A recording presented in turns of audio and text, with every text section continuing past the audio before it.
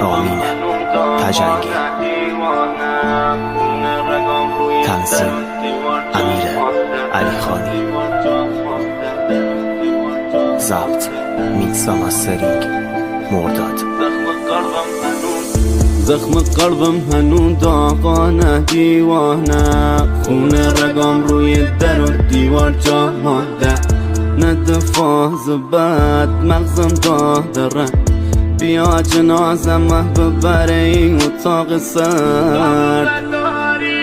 سابقه داری با شما تا میکنه، مثل سیگار نخ به نخ دنیا من نابود میکنه، باشم کن تا که یه بیستاسه، همه میدانن تو صلت بازه، بگو همش دارم خواب میبینم، جنگ و دوا میبینم، خماری داره چشات عزیزم، کافرم کردی انگار میدینم.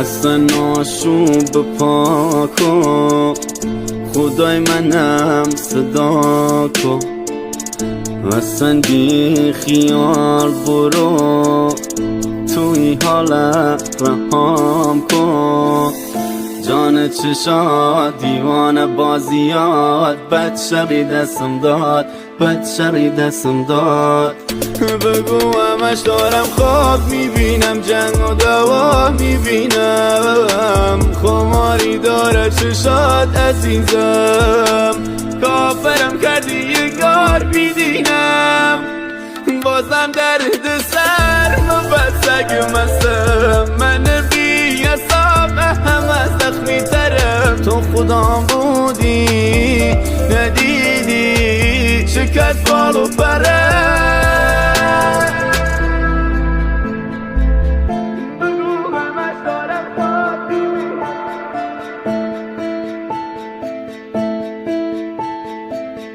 بگو همش دارم خواب میبینم، جنگ و دوا میبینم، خماری داره چشات عزیزم، کافرم کردی انگار میدینم.